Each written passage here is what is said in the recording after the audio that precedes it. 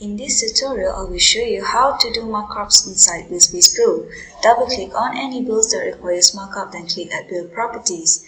At Markup Setting, you can enable the markup either by element or item. Simply click at the Action button and click on the checkbox, then click Save. Click at the Project Breakdown and you can apply markup either by elements or item level. Simply key in the percentage or by rates.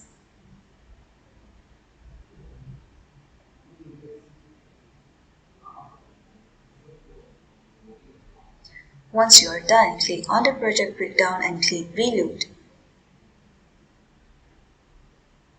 The system will auto-calculate your overall total and markup total. On the other hand, if you have imported rates from the library, you can also apply markup by item. Click on the Project Analyzer and click Schedule of Rates Analysis. You can apply markup by item here.